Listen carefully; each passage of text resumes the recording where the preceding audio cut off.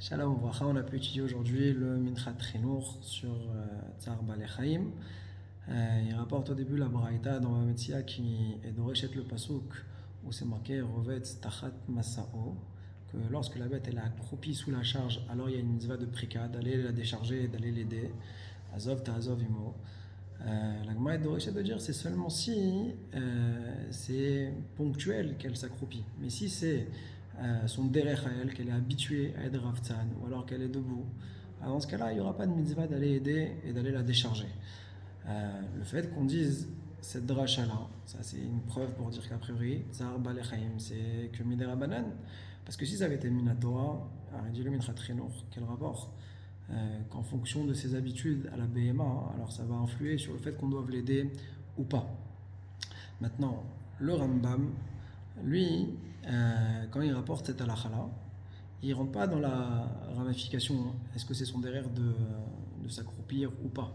Donc ça laisse entendre que pour lui, dans tous les cas, il y a la mitzvah de l'aider. Et donc ça voudrait dire que le Rambam penserait que c'est Minatora, la mitzvah de Tzar Balei Chaim, c'est Minatora. Sur ça, le Minchat Chinour, il va venir et il va aller contredire d'ailleurs ce que le Kesef Mishneh, parce que le Kesef Mishneh, lui, dit que pour le Rambam, Tzar Balei Chaim, c'est Minatora. Il dit que non, c'est pas du tout une preuve du fait qu'il n'a pas été Doresh le Pasuk de Rovetz Velo Ravtzan, c'est pas une preuve pour dire que ça signifie que ce serait Mideoraita. Parce que de la même manière que par exemple Tachat Masao n'a pas été Doresh le Pasuk pour dire seulement ce qui est apte et éligible à pouvoir supporter, de la même manière on peut dire qu'il n'a pas été commenté le Pasuk de Rovetz. Et donc même si on aurait une mitzvah permanente d'aller aider, ça ne vient pas ici nous révéler est-ce que ça veut dire que c'est des Oraïta ou bien des Rabbanan. Donc ça c'était la première partie dans le Minchat Chinour. Ensuite, également, ce que le Rambam nous dit, que dans la Béma qui appartient à un non-juif, et le Massa il appartient à Israël, et nos Akouklo, on a vu qu'il n'y avait pas besoin d'aller l'aider. Ça laisse entendre qu'on est entièrement dispensé de venir et d'aider. Et donc ça, hein, c'est plutôt les mots de Rabbi Yossi Aglili dans la Braïda. Et Rabbi Yossi Aglili, c'est celui qui pense que Tzar Balei Chaim, c'est que Midera Banan.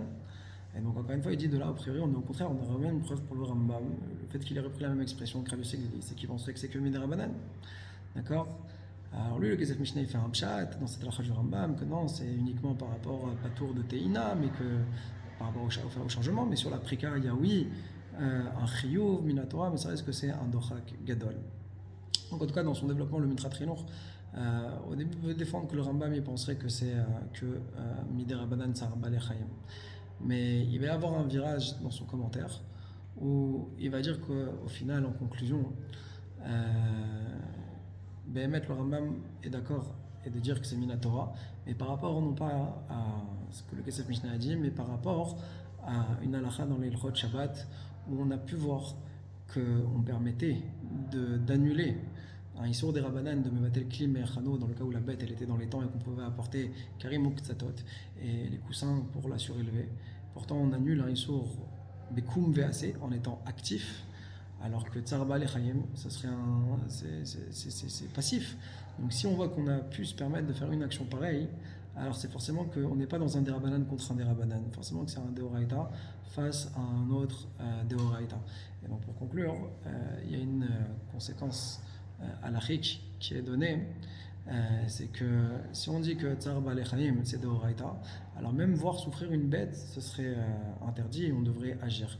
Par contre, quand on dit que c'est Midera Banan seulement, alors c'est seulement de façon active que c'est interdit, mais on n'a pas besoin de se soucier autrement. Chazak Baruch.